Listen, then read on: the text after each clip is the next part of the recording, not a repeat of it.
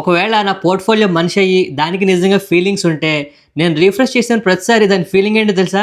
అరే ఎన్నిసార్లు గోకుతావురా రోజుకి. అండ్ ఇప్పుడు ఈ వీడియో చేసే ముందు కూడా ఒకసారి రీఫ్రెష్ చేస్తాను అనుకోండి, అరే ఇవాళ శనివారం రా, మార్కెట్ సెలవు రా, నన్ను ఇవాళైనా వదలరా అంటుందండి. నిజంగానే నేనైతే ఒక మంచి పోర్ట్ఫోలియో గురించి మాట్లాడదాం అనుకున్నా. సరే జోక్స్ పక్కన పెడితే నిజంగానే ఒక సీరియస్ పోర్ట్ఫోలియో బిల్డప్ చేద్దాం అనుకుంటున్నానండి. ఇక్కడ ఎలా బిల్డప్ చేస్తాను, నా స్ట్రాటజీ ఏంటి అనేది మీకు ఎక్స్ప్లెయిన్ చేస్తాను. సో దట్ ఏంటంటే నెక్స్ట్ టైం మీరు ఏదైనా పోర్ట్ఫోలియోలో ఒక స్టాక్ కొనే ముందు మీకు కూడా ఇలాంటి ఆలోచన రావాలండి. సో దట్ ఏంటంటే లాంగ్ టర్మ్లో మనకి వెల్త్ జనరేట్ అవ్వాలి. సో ఇప్పుడు ఒక ఎగ్జాంపుల్ చెప్తానండి, గమనించండి. ఫర్ ఎగ్జాంపుల్ మనం ఒక 5-6 స్టాక్స్ కొన్నాం అనుకుందామండి.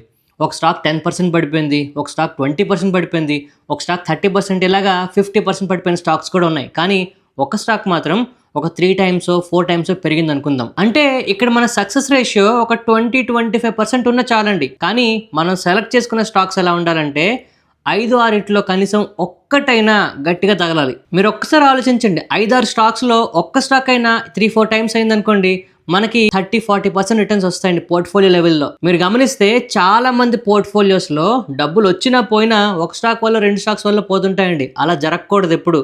ఎప్పుడైనా సరే పోర్ట్ఫోలియో స్టేబుల్గా ఉండాలన్నా, మంచి రిటర్న్స్ రావాలన్నా మనం ఈక్వల్గా మనకు వాటి క్యాలిక్యులేషన్ ఇచ్చి మంచి స్టాక్స్ మాత్రమే సెలెక్ట్ చేసుకుంటే ఖచ్చితంగా లాంగ్ రన్లో మంచి రిటర్న్స్ వచ్చేస్తాయండి. కానీ సీరియస్గా మనం అర్థం చేసుకోవాల్సింది ఏంటంటే మన పోర్ట్ఫోలియోలో ఒక 20-25 స్టాక్స్ ఆర్ మ్యాక్సిమం 30 స్టాక్స్, మనం చేయాల్సిన పనల్లా ఒక 10-15 స్టాక్స్ చూడడం, వాటిలో బెస్ట్ స్టాక్స్ చూస్ చేసుకోవడం. ఇలాగ మనం ఫిల్టర్ చేసుకుంటూ మన పోర్ట్ఫోలియోలో అట్లీస్ట్ మనకు తెలిసిన వాటిల్లో బెస్ట్ స్టాక్స్ని చూస్ చేసుకుంటే సగం స్టాక్స్ పడిపోయినా పర్లేదండి, ఒక 2-3 స్టాక్స్ ఖచ్చితంగా హిట్ అయినా మంచి లెవెల్లో మనకి ప్రాఫిట్స్ వస్తాయి. అయితే ఈ మధ్య కామెంట్ సెక్షన్లో కొంతమంది సార్ మీరు కొంచెం చిక్కిపోతున్నారు, ఏమైంది, ఆరోగ్యం బాగానే ఉందా అని అడుగుతున్నారండి. ఇది నిజంగా జరిగిందండి. యాక్చువల్గా నేను ఆల్మోస్ట్ 10 kgs తగ్గాను రీసెంట్గా లాస్ట్ 5-6 monthsలో. అయితే ఈ కామెంట్స్ చూసిన మా ఫ్రెండ్స్ ఏమంటున్నారో తెలుసా?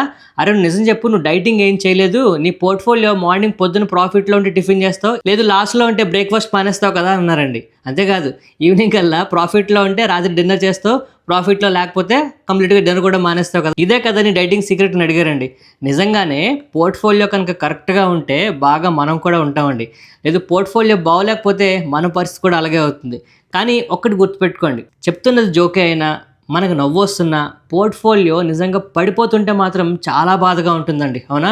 కామెంట్ సెక్షన్లో ఎప్పటికప్పుడు నేను ఎందుకు అడుగుతాను తెలుసా అండి, మీ పోర్ట్ఫోలియో ఎంత పెరిగింది, మంచి స్టాక్స్ ఏమున్నాయి, చెడ్డ స్టాక్స్ ఏమున్నాయి అందరికీ తెలుస్తాయి. ఒకటైతే సెకండ్ది, జనరల్గా మనందరికి ఒక ఫీలింగ్ ఉంటుందండి, నాది ఒక్కడిదే పడిపోయిందా, అందరిదే పడిపోయిందా, లేదు ఏం జరుగుతుందని. సో ఇది జనరల్గా నిజం చెప్తున్నానండి, నాకైతే చాలా మంది దగ్గర అయ్యారు ఈ పోర్ట్ఫోలియో గురించి చెప్పిన తర్వాత. ఈవెన్ నేను చెప్పకపోతే కొన్నిసార్లు అడుగుతారు కూడా, సార్ పోర్ట్ఫోలియో గురించి ఎందుకు చెప్పట్లేదు, మీరు చెప్పండి మాకు కొంచెం ధైర్యంగా ఉంటుంది, అందరూ పెడితే చూస్తామని. సరే ఇప్పుడు మనం పాయింట్ మాట్లాడుకుందాం. మనం ఏం చేయాలి? మనం 20 స్టాక్స్ సెలెక్ట్ చేసుకోవాలండి. ఫర్ ఎగ్జాంపుల్ చెప్తానండి. సో 20 స్టాక్స్ ఎలా సెలెక్ట్ చేసుకుంటాం సార్? జనరల్గా చాలామంది డౌట్ ఉంటుంది. ఎందుకంటే ఎవరో చెప్పినవో లేదా ఎక్కడో చూసినవో, అలా యూట్యూబ్లో చూసినవో, యూట్యూబ్లో చూసినవో, నేను చెప్పినవో కొంటుంటారండి. బట్ ఫర్ ఎగ్జాంపుల్ చెప్తాను చూడండి, ఓరియానా పవర్ గురించి మాట్లాడతానండి. నా పోర్ట్ఫోలియోలో ఉంది, నేను ఓపెన్గా చెప్తున్నానండి, ఇది బై సెల్ రికమెండేషన్ కాదు, నేను హోల్డ్ చేసిన, నేనే రికమెండేషన్ చేయట్లేదు. గడిచిన 3-4 రోజుల్లో పెరిగిందా, పోర్ట్ఫోలియో కూడా రికవరీ అవుతుందండి. కానీ రిమైనింగ్ స్టాక్స్ అన్ని పడిపోతున్నాయి లేదా పెరుగుతున్నాయి, ఎలా చూసుకున్నా పెద్దగా డిఫరెన్స్ ఉండదు. కానీ ఒక్క స్టాక్ వల్ల నా పోర్ట్ఫోలియోలో చాలా మార్పు అయితే వస్తుంది. మన అందరి పోర్ట్ఫోలియోలో కూడా ఇలాంటి మార్పులే వస్తే, ఒక్క స్టాక్ వల్ల 2 స్టాక్స్ వల్ల మార్పు వస్తుంది అంటే నేను మళ్ళీ చెప్తున్నానండి, కమింగ్ డేస్లో మనందరికీ గుండె నొప్పులు గ్యారంటీ వస్తాయి. దయచేసి చెప్తున్నా, ఒక స్టాక్ వల్ల 2 స్టాక్స్ వల్ల మనం డబ్బులు సంపాదించకూడదు, డబ్బులు కూడా పోగొట్టుకోకూడదు. ఖచ్చితంగా లాంగ్ టర్మ్లో 20-25 స్టాక్స్తో మనం వెల్త్ జనరేట్ చేయగలుగుతామండి. సేఫ్గా స్టడీగా ఉంటాయి. 10-15 స్టాక్స్ పోయినా ఒక 5-6 స్టాక్స్ నిలబెడతాయండి ఖచ్చితంగా మనల్ని. అయితే ఇక్కడ అందరికీ డౌట్ ఉంటుంది, సార్ ఇలాంటి స్టాక్స్ మనం ఎలా సెలెక్ట్ చేసుకుంటామని. ఒక్క మాట నేను షూర్గా చెప్తున్నానండి, యూట్యూబ్లో నన్ను సీరియస్గా ఫాలో అవుతున్న వాళ్ళందరినీ మీరు ఎవరైనా అడగచ్చండి. నేను మొట్టమొదట చెప్పిన RVNL స్టాక్ అవ్వచ్చు, లేదు రీసెంట్గా చెప్పిన ఏ స్టాక్ తీసుకున్నా, మీరు కనుక వాటికి టైం ఇస్తే అవి 2 రెట్లు 3 రెట్లు కాదండి, చాలా బాగా పెరిగాయి. ఫర్ ఎగ్జాంపుల్ RVNL తీసుకుందాం, 20 రూపాయల దగ్గర డిస్కస్ చేసుకున్నామండి. నేనేం చెప్పాను, రైల్వేస్ ఉన్నంత కాలం ఈ స్టాక్ ఉంటుంది అని చెప్పాను. ఆ స్టాక్ 20 రూపాయల నుంచి 600కి వెళ్ళింది. మళ్ళీ చెప్తున్నానండి, ఇది బై సెల్ రికమెండేషన్ కాదు. మనం ఒక కంపెనీ గురించి ఏం చెప్పుకుంటున్నాము అని తెలిసినప్పుడు దాని మీద మనకు నమ్మకం వస్తుందండి. సో 300కి వెళ్ళింది ఆ స్టాప్ లాసులు పెట్టుకోండి అన్నాం, 400కి వెళ్ళింది స్టాప్ లాసులు పెట్టుకోండి అన్నాం, 600కి వెళ్ళింది స్టాప్ లాసులు పెట్టుకోండి అన్నాం. కొంతమంది ఉంచారు, కొంతమంది ఉంచలేకపోయారు, డబ్బులు వచ్చాయి పోయాయి. ఎంట్రీస్ ఎగ్జిట్ సంగతి పక్కన పెట్టండి, మనం స్టాక్స్ అయితే ఐడెంటిఫై చేయగలుగుతున్నాం. హెచ్పిఎల్ ఎలక్ట్రిక్ గురించి మాట్లాడుకున్నామండి. 50 రూపాయల దగ్గర 2 సంవత్సరాల పాటు నరకం చూపించింది. ఈవెన్ ఆర్వీఎన్ఎల్ కూడా 20, 30, 40 దగ్గర 2-3 సంవత్సరాలు ఉండిపోయిందండి, ఆ తర్వాత పెరిగింది. సో ఒక మంచి పోర్ట్ఫోలియో మనం బిల్డప్ చేయడం ఒక్కటే కాదండి, దాన్ని హోల్డ్ చేయడం కూడా మనకు తెలియాలి. సో హెచ్పిఎల్ ఎలక్ట్రిక్ 2-3 సంవత్సరాలు ఇబ్బంది పెట్టినా చాలా బాగా పెరిగిందండి. గోకెక్స్ గుర్తుందా అండి, గోకాల్దాస్ ఎక్స్పోర్ట్స్ 150 రూపాయల దగ్గర 120 రూపాయల దగ్గర ఫండమెంటల్స్ బాగోలేవు, ఇంప్రూవ్ అవుతాయి అని చెప్పి మనం మాట్లాడుకున్నాం. 2-3 సంవత్సరాల్లో కంప్లీట్ గా కంపెనీ టర్న్ అరౌండ్ అయ్యేలా కనిపిస్తుంది అని మాట్లాడుకున్నాం. ఆ తర్వాత ఏమైందండి స్టాక్? సో ఒకటి మాత్రం చాలా క్లియర్, మనం చెప్పుకున్న స్టాక్స్ పెరిగినవే ఉన్నాయి, అలా అమాంతంగా ఏడిపించినవి ఉన్నాయండి. SW సోలార్ గురించి చెప్పుకున్నాం, ఏమైంది? ఇప్పటికీ కూడా కంపెనీ దగ్గర రిజల్ట్స్ బాగానే ప్రకటిస్తుందండి. వారి రెన్యూబుల్ టెక్నాలజీస్ గురించి మాట్లాడుకున్నాం, ఇప్పటికీ కూడా రీసెంట్గా వచ్చిన రిజల్ట్స్ కూడా బాగానే ప్రకటించింది, కానీ స్టాక్ పడిపోతుంది. ఈవెన్ ఇప్పుడు నా పోర్ట్ఫోలియోలో one of the highest allocation stock అయిన ఓరియానా పవర్ కూడా నేను 900 దగ్గర చెప్పాను, 600కి వస్తే కొనుక్కుందామని చెప్పాను, కానీ ఏమైందండి? ఆ తర్వాత ఎన్నిసార్లు పెరిగింది, ఎన్నిసార్లు పడింది, ఆఖరికి ఇప్పుడు కూడా 3000 నుంచి ఆల్మోస్ట్ 40-50% డౌన్ అయిపోయిందండి. కానీ ఒకటి గమనించండి, మనం స్టాక్స్ అయితే ఐడెంటిఫై చేయగలుగుతున్నాం. ఇవి బైసెల్ రికమెండేషన్స్ కాదండి. మీరు మనం చేసుకునే వీడియోస్లో ఏ బిజినెస్ గురించి ఎంత స్ట్రాంగ్గా మాట్లాడుతున్నాం, లేదు అంటే ఒక బిజినెస్ని ఎంత డీప్గా అనాలిసిస్ చేస్తున్నామో ఐడెంటిఫై చేయగలిగితే, మనం ఒక 10, 15, 20 స్టాక్స్ మాట్లాడుకుంటే అందులో ఖచ్చితంగా ఓ 2, 3, 4 పోయినా మిగిలిన 5-6 ఇట్లో 1-2 ఖచ్చితంగా మంచి వెల్త్ జనరేట్ చేస్తాయండి. ఇలాంటి వీడియోస్ మనం ప్రతి వీకెండ్ మాట్లాడుకుంటాం. అయితే పక్కన నా పోర్ట్ఫోలియో మనిషి అయితే దాని ఫీలింగ్ ఏంటో తెలుసండి ఇప్పటికి, అరే పాతవెందుకురా, కొత్తవి చెప్పురా అంటుందండి. సో గాబరా పడద్దు, నా పోర్ట్ఫోలియో ఎంత ఇలా ఇబ్బంది పెట్టినా నన్ను, నేను మాత్రం ఒకటి చెప్తానండి, పావు గంటకు ఒకసారి మనం ఇలా గోకడానికి రెడీ అవ్వకూడదు. ఒకవేళ మీ పోర్ట్ఫోలియో ఎంత గోల పెట్టినా మీరు పావు గంటకు ఒకసారి దాన్ని చెక్ చేస్తున్నారు అంటే ఆ పోర్ట్ఫోలియో ఇన్వెస్ట్మెంట్ పోర్ట్ఫోలియో కాదండి, మీ ప్రాణాలని, మీ మానసిక శాంతిని పోగొట్టేది అవుతుంది. సో మనం ఏం చేయాలి, మంచి స్టాక్ సెలెక్ట్ చేసుకోవాలి. సో ఇక్కడ ఇంపార్టెంట్ పాయింట్ చెప్పేస్తారండి, టు ద పాయింట్, డైరెక్ట్గా మీతో మాట్లాడుతున్నా. ఇప్పుడు నేను చెప్పిన ఏ స్టాక్ తీసుకున్నా, ఆర్వీఎన్ఎల్ అవ్వచ్చు, లేదు అంటే హెచ్పిఎల్ అవ్వచ్చు, ఓరియానా అవ్వచ్చు, లేదు అంటే ఇంకా ఏ స్టాక్, మనం చెప్పుకున్న ఏ స్టాక్ పెరిగిందైనా తగ్గిందైనా వెనకాల ఒక సీక్రెట్ అయితే ఉందండి. సీక్రెట్ కాదు యాక్చువల్గా, ఆ సీక్రెట్ ఏంటి అనేది ఇప్పుడు నేను చెప్తే మీకు సీక్రెట్ కాదనిపిస్తుంది. మనం చెప్పుకున్న ప్రతి స్టాక్ వెనకాల గవర్నమెంట్ దగ్గర నుంచి వస్తున్న అనౌన్స్మెంట్స్ ఉన్నాయండి. ఆర్వీఎన్ఎల్ మనం చెప్పుకున్న తర్వాత రైల్వే ప్రాజెక్ట్ కి, ఇన్ఫ్రాస్ట్రక్చర్ కి ఫండింగ్ పెరిగింది. హెచ్పిఎల్ ఎలక్ట్రిక్ మనం చెప్పుకున్న తర్వాత ఆల్మోస్ట్ స్మార్ట్ మీటర్ కి సంబంధించి గవర్నమెంట్ ఒక యజ్ఞమే మొదలు పెట్టింది. ఓరియానా పవర్ గురించి, పవర్ సెక్టర్ గురించి మాట్లాడుకునే ముందు మన ఇండియా కంప్లీట్ గా గ్రీన్ ఎనర్జీ వైపు అడుగులు వేస్తాము అని చెప్పింది.